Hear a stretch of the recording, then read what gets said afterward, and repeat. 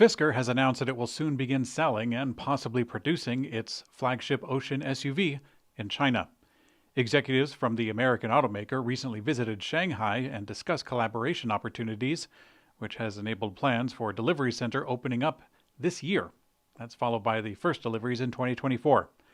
This is some interesting news considering that U.S. reservation holders are still waiting for first deliveries. European drivers are starting to see them trickle in, however.